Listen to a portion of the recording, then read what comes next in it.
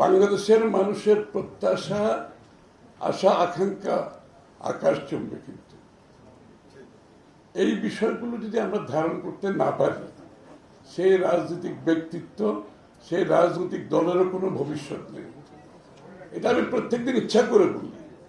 এই কথাটা আমি সবার মাথায়, আমার মাথায় ড্রিল করতে চাই প্রত্যেকদিন।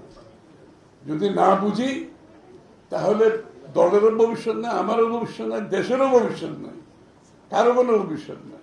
So we have to understand this. দ্বিতীয় কথা হচ্ছে, এইটা আন্দোলন হয়েছে। হ্যাঁ, আন্দোলনের কৃতিত্ব নিয়ে যদি লড়াই চলে তাহলে বাংলাদেশের ভবিষ্যৎ নাই। কারণ কৃতিত্ব তো এখন আমি নিজে আমার কৃতিত্ব বলতে পারবো। শেখ হাসিনার মতো ওর বাবা বাংলাদেশ মুক্ত করছে, যুদ্ধ করছে, তাদের দেশ।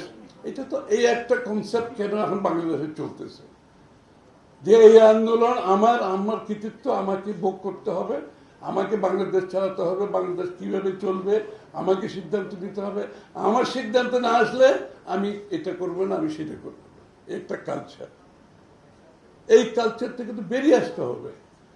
এটা কৃতিত্ব অনেকে বলেছে, এটা কৃতিত্ব নেওয়ার দরকার নেই। আমি নিজে বহুবার জেলে গেছি।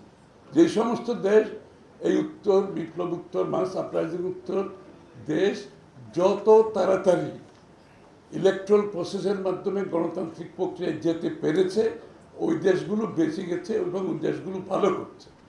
আর যেই দেশগুলো এই বিপ্লব উত্তর সময় আমার দাবি ওর দাবি করতে ঝামেলা পাকাইছে, ওই সমস্ত দেশে গণতন্ত্রও নাই, অর্থনীতিও নাই, সমাজও নাই।